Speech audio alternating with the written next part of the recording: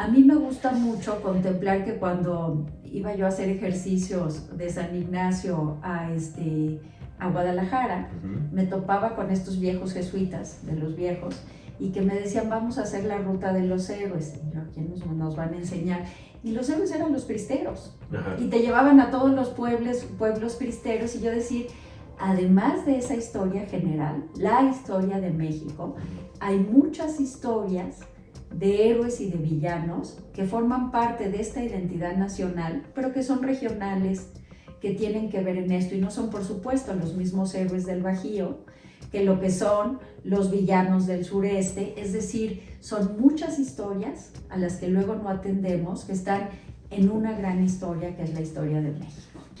Amigos de Yo Influyo, bienvenidos de vuelta a otra entrevista con otro perfil impresionante que tenemos aquí en la plataforma. Es un gusto estar contigo, María Luisa. Carlos, encantada de estar aquí. Qué bueno que podamos tener estas pláticas y sobre todo con un perfil tan experimentado en el tema que vamos a abordar. Me parece súper importante la identidad mexicana y todo esto, ¿no? Todo un tema. Todo un tema. Y es muy divertido, muy entretenido y no le hacen justicia. Realmente no le hacen justicia a la identidad mexicana. Pero antes de entrar, quisiera que el público conociera un poco de tu semblanza para que sepan con quién estamos hablando.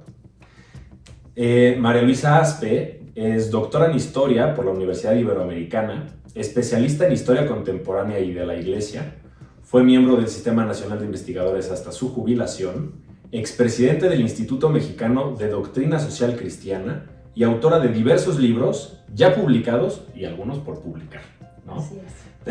La verdad es que qué padre que no acabas de hacer todo esto, me parece muy padre. También estás en diferentes comités editoriales y estás aportando muchísimo desde tu visión a lo que puedas, entonces eso me parece como muy, muy valioso.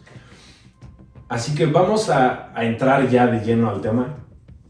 Me parece que la historia de México tiene mucho de qué hablar, pero vamos a centrarnos de entrada en los héroes y los villanos. O sea, la historia de México es súper compleja y muchas veces porque realmente nosotros no la contamos bien.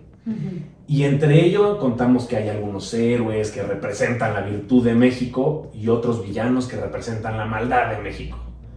Y son superhéroes o supervillanos, ¿no? O sea, no hay un punto medio, no es que pon los puntos grises o los puntos sobre las is de este personaje.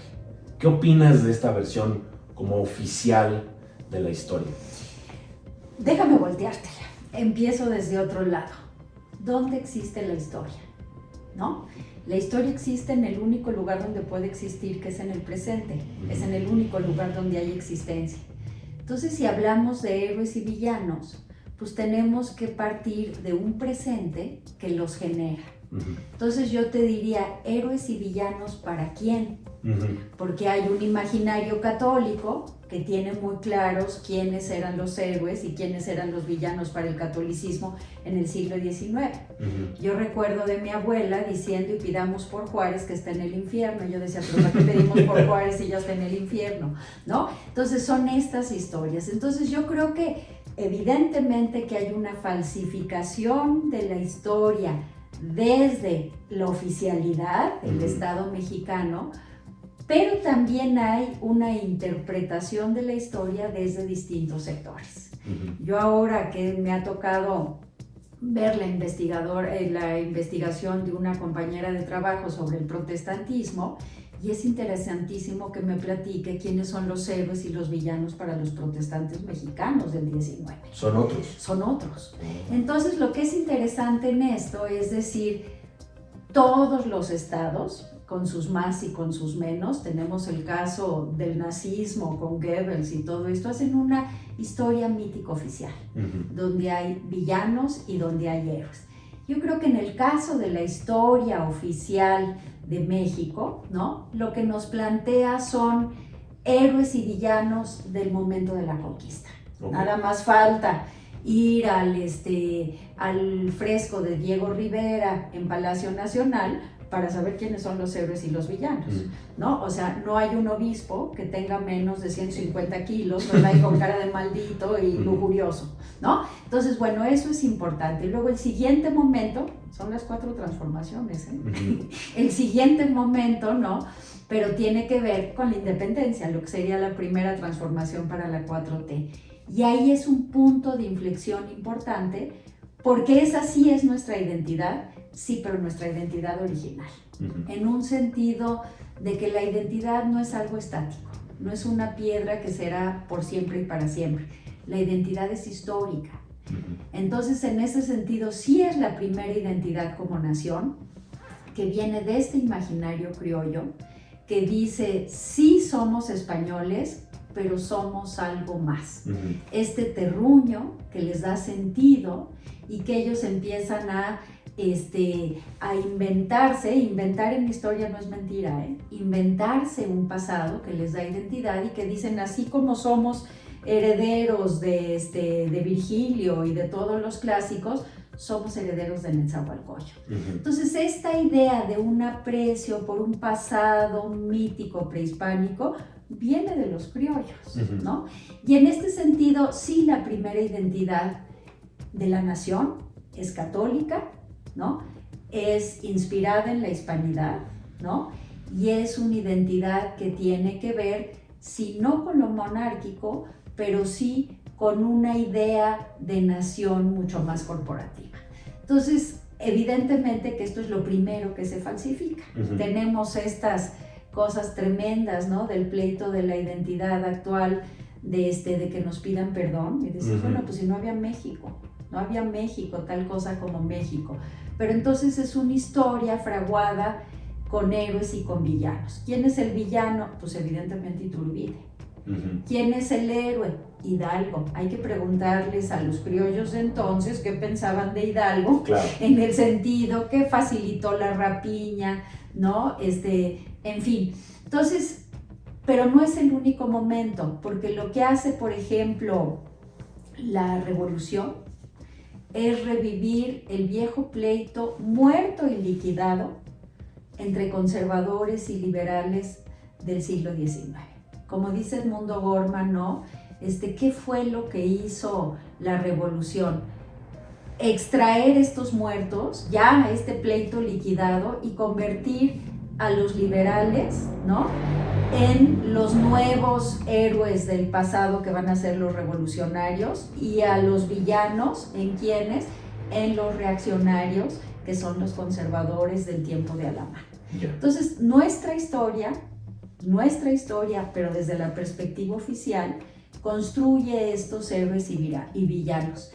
A mí me gusta mucho contemplar que cuando iba yo a hacer ejercicios de San Ignacio a Guadalajara, me topaba con estos viejos jesuitas, de los viejos, y que me decían, vamos a hacer la ruta de los héroes. Y yo, ¿quiénes nos van a enseñar? Y los héroes eran los cristeros. Y te llevaban a todos los pueblos cristeros, y yo decía, además de esa historia general, la historia de México, hay muchas historias de héroes y de villanos que forman parte de esta identidad nacional, pero que son regionales, que tienen que ver en esto, y no son, por supuesto, los mismos héroes del Bajío que lo que son los villanos del sureste. Es decir, son muchas historias a las que luego no atendemos, que están en una gran historia, que es la historia de México. Y eso también es como un tema de no hay una identidad mexicana. Yo creo que sí, yo creo que no hay una identidad nacional mexicana. Estoy de acuerdo, la identidad original de la nación mexicana es la que tiene que ver con la independencia, y en este sentido, lo que decía yo de identidad. Pero hay muchas historias que forman parte de nuestra identidad. Y que son ramas de la identidad. Y que son ramas de la identidad, y que muchas de ellas tienen que ver con este sustrato fundamental que es el catolicismo. Esto no quiere decir, como a muchos de nuestros obispos se les barre de repente y lo dicen ahora, nuestra identidad actual es católica. Pues alguito, pero no totalmente, porque México es mucho más plural, y tan derecho tienen los mexicanos que no comparten la fe a ser parte de esta nacionalidad, como lo que tienen los que sí la compartimos, ¿no? Entonces son como ramas de esta identidad que se conforma de lo regional, que se conforma de sus luchas internas, que se conforma de sus batallas. Se me ocurre pensar algo que nos urge historiar, que es, por ejemplo, el Chihuahua de los 80s, la lucha contra esta imposición de la federación sobre los estados y diciendo la democracia no es de izquierda ni de derecha, ¿no? Y donde participa la izquierda, donde participan las derechas, donde participa la Iglesia Católica y donde participan los radicales del pasado diciendo defendamos la democracia. Y digo que nos urge historiar por lo que estamos viviendo en este momento. Claro. Ahora, soltaste un comentario que me llama mucho la atención. Dices, inventar no es mentir en la historia. Ajá. Creo que sé más o menos por dónde va el comentario, Ajá. pero me gustaría que desarrolláramos en esto para evitar malos entendidos. Totalmente. Mira, ¿qué hicieron los criollos del siglo XVII? Los criollos del siglo XVII se enfrentaban a un dilema. Eran españoles en cuanto a que su padre y su madre eran españoles, pero por el simple hecho de haber nacido en esta tierra, tenían restringido el acceso a 3 campos. Al campo más alto de la jerarquía católica, al campo más alto del ejército y al campo más alto del poder político. ¿Por qué? Porque eran criollos, que era un nivel más bajo. Entonces ellos, ¿qué es lo que hacen? Se inventan un pasado de la identidad, como el niñito, perdón el ejemplo casero, pero que dice, pues mi papá es más alto que tú y tiene una pistola, ¿no? Es decir, se inventan un pasado glorioso en el sentido de decir, somos España, somos herederos de la cultura grecolatina, pero además, ¿no? Somos algo más, que es que tenemos todo este pasado histórico prehispánico que por esta tierra, por el terruño, es nuestro. Y entonces ellos empiezan esta cosa de decir, a utilizar, ahí tenemos a Tezosomoc y tenemos a Alba Iztlizochitl, que logran esta primera fusión extraordinaria de decir, somos herederos de este mismo. ¿Por qué digo invento? Porque en sentido estricto ellos no eran herederos de Netzahualcóyotl, ¿no? Pero eran abrazar esta historia y decir, somos este mestizaje.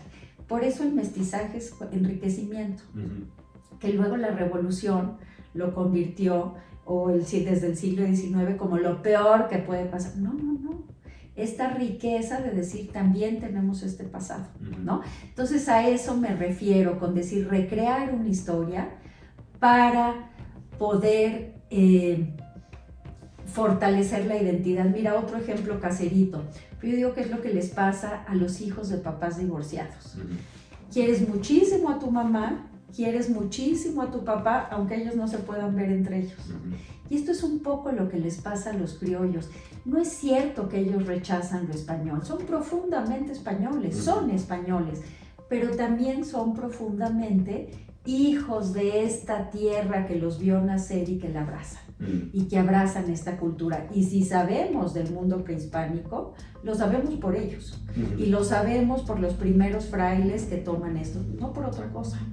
No son los pueblos originarios que hicieron su historia y no las pasaron, sino son los otros los que la toman. Los que en el mestizaje se dan esa oportunidad de decir, ambas historias somos nosotros. Exactamente, pero que además en el imaginario, lo que yo llamo invención, que es un término de Edmundo Gorman, es decir, sí, estos son nuestros padres, estos son nuestros padres, ¿no? Estos somos herederos de Alba Iztlizochitl, ¿no? Pero como si lo fuéramos, ¿no?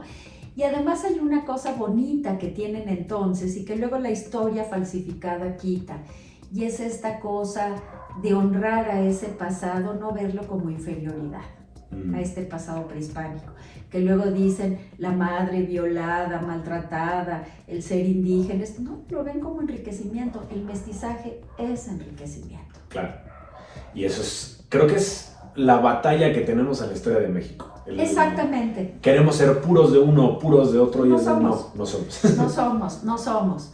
¿no? Esta cosa, programa del 23 and Us o 21 and Us, esto que haces tu examen mandas tu saliva y te sale tu ADN, ¿no? Y luego dices, bueno, qué curiosidad, porque hasta judía salí, ¿no? O sea, de que dices, tienes todas las cosas de enriquecimiento.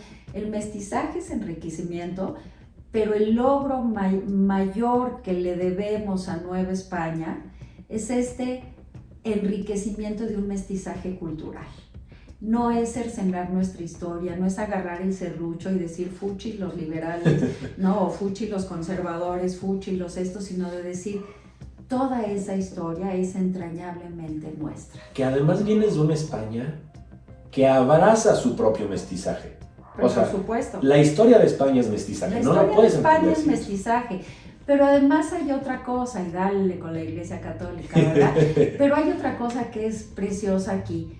Los frailes que vinieron aquí vienen de una reforma de la Iglesia, ¿no? Que tiene que ver con lo que hizo el cardenal Cisneros en España, de decir, a ver, ya se estaban relajando las órdenes religiosas, vamos a regresar a la pureza original, ¿no? La pureza original del carisma, ¿no? Y en ese sentido, lo que llega a Nueva España es lo mejor de lo mejor. O sea, estos frailes inmundos solo existen en los maravillosos, pero absolutamente mentirosos, no inventivos, mentirosos de Diego Rivera, ¿no? Entonces, ¿qué es en este sentido? Que llega, pues, un fray Juan de Zumárraga, que era un grande, que renuncia, ¿no?, a sus títulos, a sus posesiones que tenía por derecho. ¿Para qué? Para llevar el evangelio a estos nuevos hombres. El principio del derecho internacional, todo el pleito que se da dando con Vitoria y esto, ¿qué es lo que están diciendo? Son seres humanos y están cuestionando además el derecho de conquista para España. Vamos, decir que fueron los explotadores y ya es ya no solo ideológico, de una ignorancia inaudita, ¿no? Porque hay toda esta riqueza de un mestizaje maravilloso como enriquecimiento. ¿Que hubo abusos? Sí. Que muchos de los encomenderos, por supuesto que sí, pero no vamos a de veras, aquí es el permanente serrucho, ahora llamado de la 4T, ¿no? Que es cortarle todo este pasado, sí que es un mestizaje, pero que tiene una riqueza de esta nación que llamamos México, hoy plural, pero llena de todo esto que nos enriquece, no nos hace chiquitos, nos hace grandes. Sí, o sea, por ejemplo, el tema que dices de la lucha en el derecho internacional y los abusos que sucedieron, se nos olvida que al mismo Colón lo encarcelan por esclavista. Exactamente, exactamente. Entonces, ¿qué pasa ahora? Vamos a quitar estatuas y vamos a quitar a Fray Junípero Serra, que era un explotador, y la estatua de Colón, que le han tumbado 20 veces los dedos, ¿no? Porque es padre del genocidio de los pueblos indios. Y dices, Colón, pero si el pobre no supo que llegó a América. Pensé que llegó a la India. Sí, y es padre del genocidio de los pueblos indios, ¿no? Entonces, en ese sentido, y esto no nos quita que podamos defender los derechos de los pueblos indios y de la cultura autóctona. Claro. Son dos cosas. Sí. O sea, esta cosa de los héroes y de los villanos, de los malos, malos, malos y de los buenos, buenos, buenos, solo existe en las telenovelas de la televisión. O sea, no existe en otro lado. Pero nos hemos hecho la telenovela de la historia de México. Nos hemos hecho la telenovela porque hay una intencionalidad política que ahorita la vemos con mucha claridad, pero que ha sido de siempre, de falsificar la historia con los intereses del presente. Entonces ahorita esto que se plantea es decir, los malos malos del pasado, ¿no?, son los mismos de los malos malos. Entonces, así como Iturbide, como los españoles que vinieron a estas tierras a explotarnos, son los mismos malos que los neoliberales de ahorita y que los conservadores. O sea, no resiste la crítica, pero eso se plasma en una historia oficial de ¿qué te diré? De monografía de papelería. Yo no sé qué te tocó a ti porque eras muy joven, pero de estas estampitas que ibas a comprar, todavía te tocó a pegabas la papelería. En la estampa antes de pasar. Y la pasabas y eso. Ahí solo existe eso. Eso no es la historia. Entonces, ¿qué se trata? ¿De que todo el pueblo mexicano estudie la historia de los eruditos? No, sino hacerles ver que todo el pasado es nuestro. Claro. Y que es una historia que nos enriquece y que lo que nos achica es pasar el serrucho por los segmentos que no están a la altura de nuestras expectativas. O sea, es un poco, abraza también ese tema. Por supuesto que sí, abrázalo también. Y esas luchas del pasado. Y si tú te metes, como yo me he metido, a estudiar la historia de la iglesia, también en la historia de la iglesia hay geografías. Y tú ves que dices, bueno, pero aquí todos eran santos, no hay un humano, todos eran unos santos ya canonizados, ¿no? Ajá. Y es eso, hay geografías, pero si le rascas a las geografías, a estas visiones míticas, te encuentras pues hombres y mujeres maravillosas de carne y hueso, con broncas, con ideales, con una concepción particular de la historia, pero que engrandecen lo que es nuestro. ¿Por qué tenemos siempre que andar cortando? Claro, al final profundamente humanos. Profundamente humanos y profundamente mexicanos. Ajá. Profundamente mexicanos. Y esto le da riqueza, ¿no? Claro. Esto le da riqueza.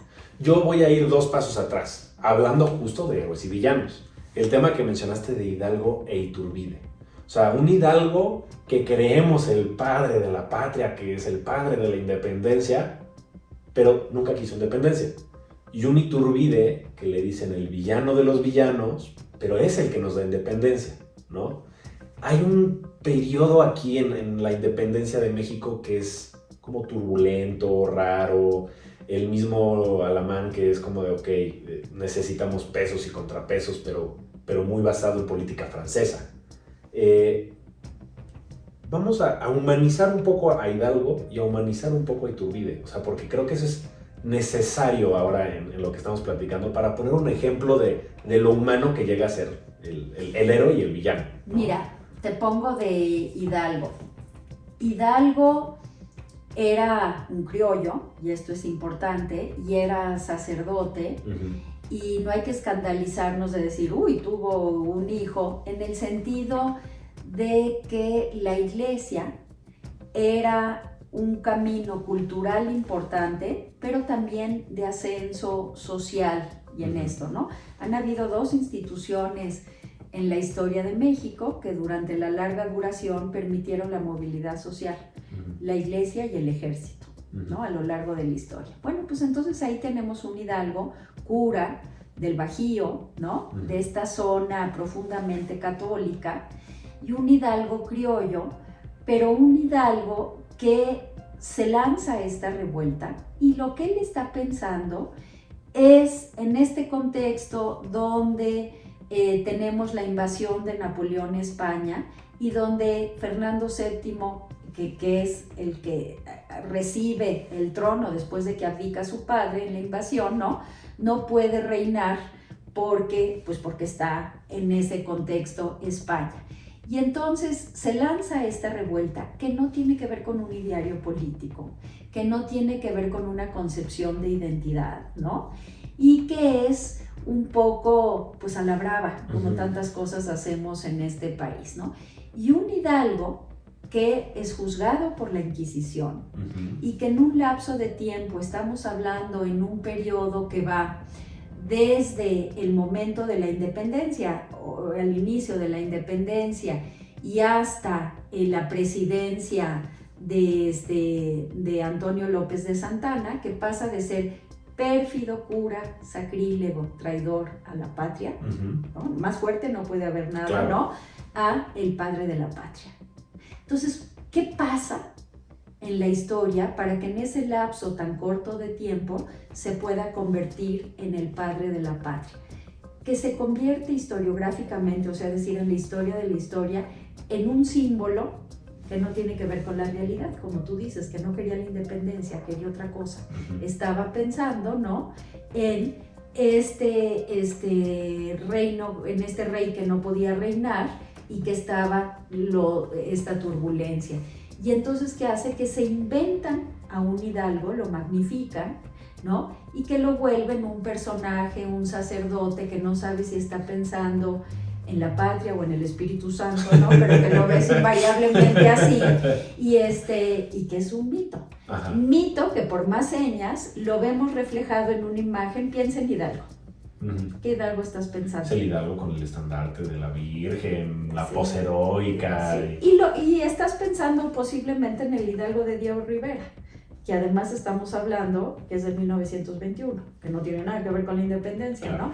Es el Hidalgo de la historia oficial de Vasconcelos, ¿no? Entonces, bueno, mítico, ¿no? Y que entonces se convierte en un símbolo de identidad, que no quiere decir que haya sido realmente un punto de unión, pero que fue la primera. Y por otro lado tienes a un Iturbide, ¿no? Que tiene muy claro un ideario político, que tiene muy claro que hay que negociar, ¿no? Que hay que negociar y que hay que ofrecerle a esta España que no puede reinar una oferta, ¿no? De independencia.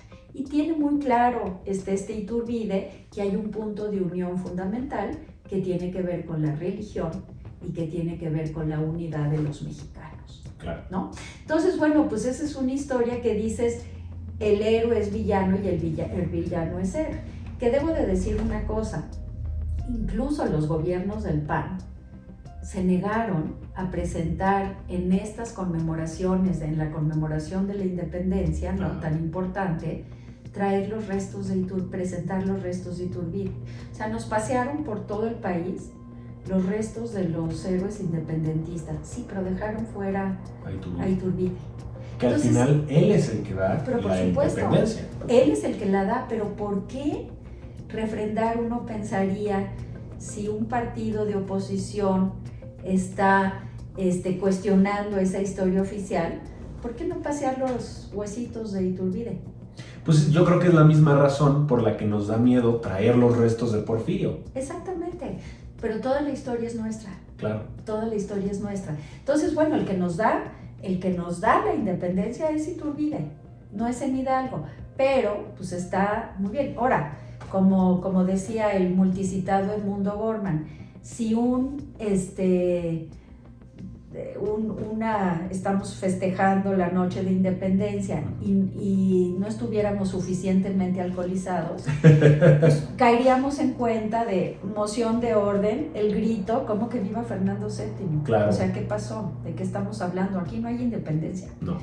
O sea, el 16 de septiembre de 1816 no pasa absolutamente nada, ¿no? Entonces, en ese sentido, es una historia mítica, pero que conforma parte de lo que se conoce como el lugar común de la identidad. Y lo festejamos. Claro. Y nos emborrachamos. O sea, por Hidalgo, que no es nada. En ese sentido, ¿no? Que además, no sé, corrígeme si me equivoco, pero a mí me parece muy divertido el hecho de que el primer grito de independencia lo da Maximiliano. Sí. Bueno, pues es que Maximiliano, si nos metemos esa historia, no acabamos nunca, No, porque es la gran contradicción, ¿no? Sí. O sea, que dices es para salvar a México de lo que habían hecho los liberales, y llega y jura la Constitución de 1857, ¿no? Y ratifica lo que es la secularización de los bienes del clero, y da el grito de independencia y se va al castillo de Chapultepec. Bueno, que no era castillo, lo que él quería hacer, construir.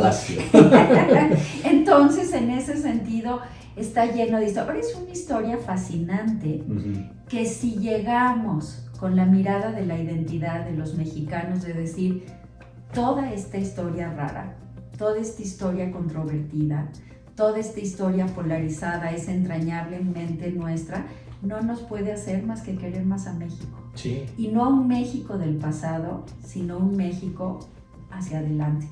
Mira, yo voy a decir algo que es políticamente incorrecto. Adelante. Pero yo, bueno, creo que siempre lo hago, pero yo creo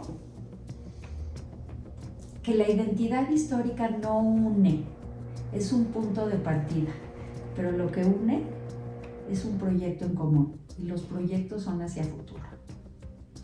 Entonces, la historia es un punto de partida, pero es solo eso, no es un punto de llegada. Entonces, en ese sentido, a partir de esta historia, ¿qué podemos hacer para construir desde el presente un proyecto en común? ¿No? Un proyecto en común. Entonces yo pienso y digo, a ver, una historia de las relaciones iglesia-estado que no nos deje amarrados en el laicismo. Claro. ¿No? Sino que vaya más allá, que se cocinó, que no es necesariamente eso, ¿no? Y en todos los temas, en todos los temas, o sea, desde este momento, en este momento de tiempos recios, ¿no? De decir, ¿cómo podemos construir un proyecto a futuro con los pies bien cimentados en este pasado? Claro. Pero no para quedarnos ahí, sino para ir más allá. Y yo un poco lo que me preocupa es, vamos a colocar nuestro punto de partida bien. O sea, creo que el mayor problema que tenemos en nuestras clases de historia de la SEP y de esta educación general oficial es que no queda ese punto de partida muy claro para nadie. Claro, pero yo te diré una cosa, no solo de la SEP, porque tú lo ves en la educación privada, en las escuelas de las religiosas, y viva la independencia, y salía la religiosa disfrazada del Padre Hidalgo. O sea, no ayuda. O sea, no. Entonces, a esto decir es una historia, porque el mito y los héroes y los villanos tienen la ventaja de que simplifica y todo lo entiendes. Claro. No te tienes que enfrentar a las enormes contradicciones que implica conocer a fondo nuestra historia. Y amarla a pesar de las contradicciones. Claro. Entonces, yo lo que creo que sí es muy importante es decir, dejar muy claro, decir, una cosa es la historia mítica, que se da casi siempre por motivos políticos, ideológicos del presente, y otra cosa es la historia de México. Claro. Ahora, ¿se van a leer a los clásicos historiadores? No, porque además somos muy aburridos. Yo no soy clásica, pero bueno, pero la historia sí es muy aburrida. Entonces, ¿qué hay que hacer? Hay que entrarle a la divulgación de la historia, pero divulgación buena de la historia. Ajá. Yo creo, y de nuevo es políticamente incorrecto, si me van a decir mis colegas que qué horror, que hay que hacer divulgación histórica seria. O sea, divertida, estupendamente narrada, a gusto, ¿no? Pero que por otro lado derrumbe los mitos en los que hemos sido educados. Pero eso es una cosa, y otra cosa son los libros de historia que pasan a través de los archivos y que nos van a leer 10 para criticarlos. Claro. Bueno, aquí hay muchísimo de qué hablar, extendernos. Nosotros nada más estamos abordando un poco identidad, pero hay mucho más que solo la identidad, ¿no? O sea, sí. La historia de México es rica, complicada. A ver qué opinas de esta aseveración.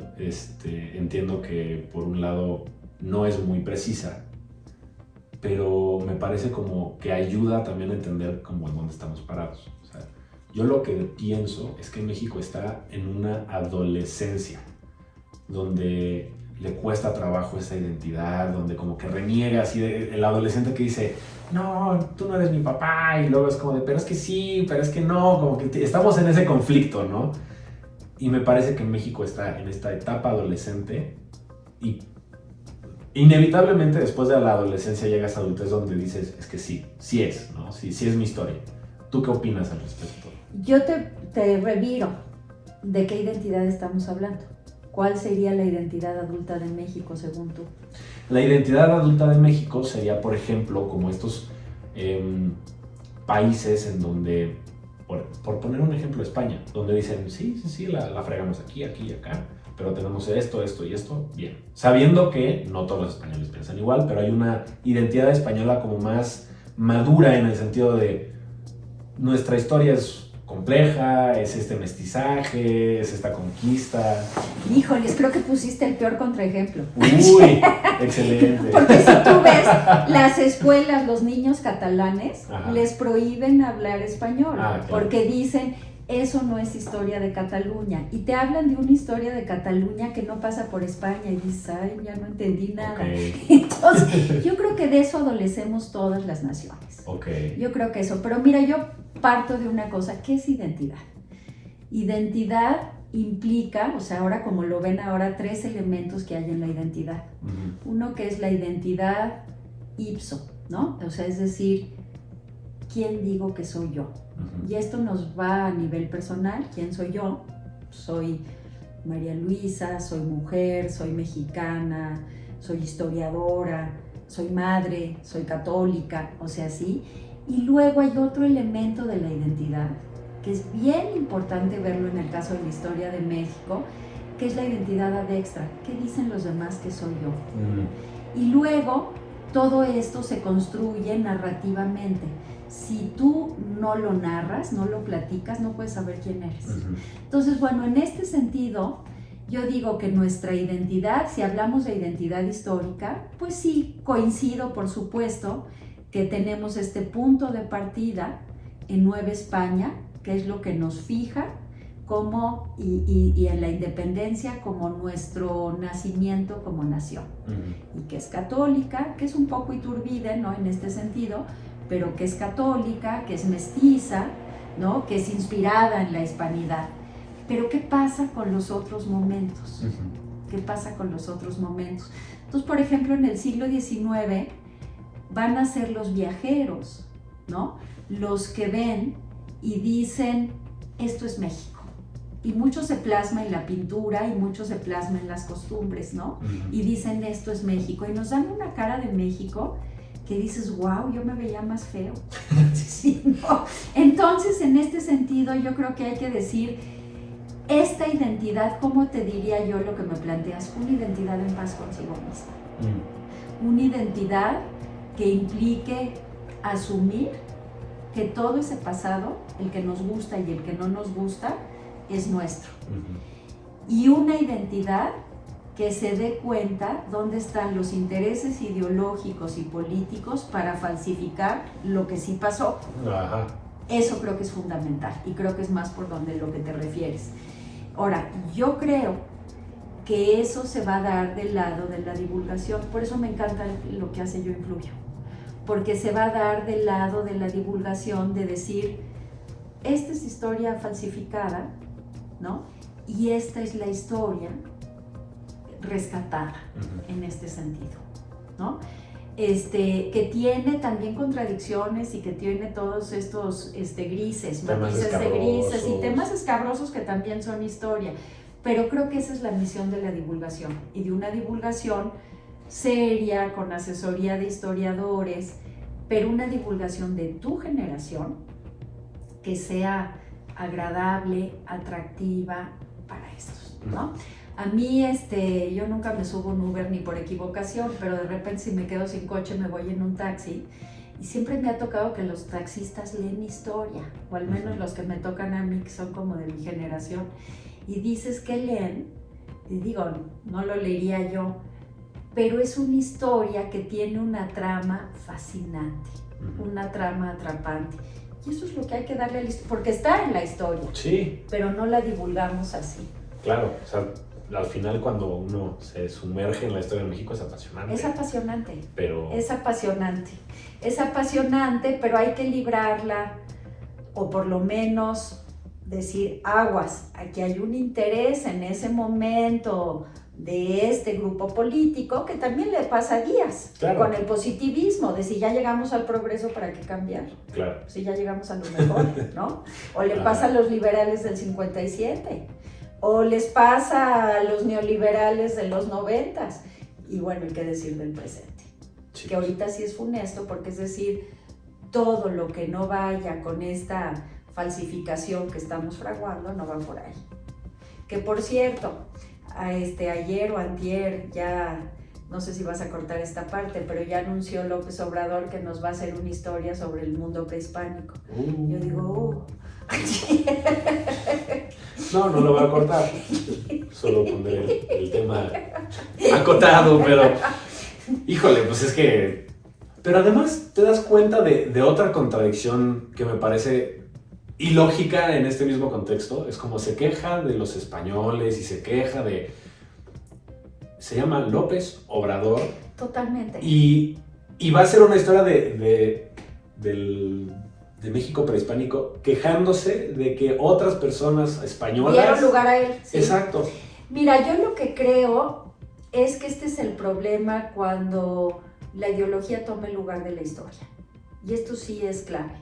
Cuando la ideología, que es una visión parcializada, focalizada en un interés específico del presente, de su presente, con intereses políticos, electorales del presente, y falsifican esta historia. No tiene que ver con la racionalidad. Claro.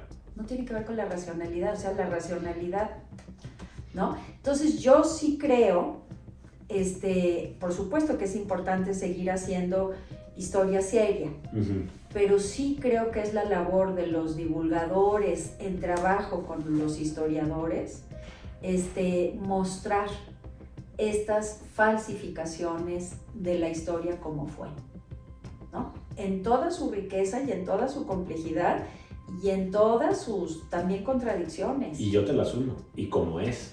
Y como es. Porque hoy, como es diferente a como la plantean. Exactamente, y como es.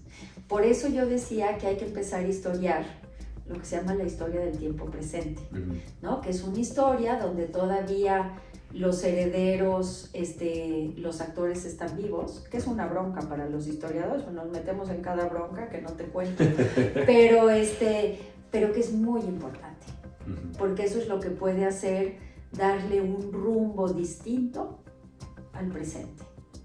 Y yo de veras, no es guayabazo, creo que ahí está la labor de Yo Influyo y de muchos otros, ¿no? De decir, hay que señalar, hay que poner la espinita, la mosca en la oreja, el ruido, hacer notar dónde están estas fisuras, dónde están todas estas falsedades. Eso es central.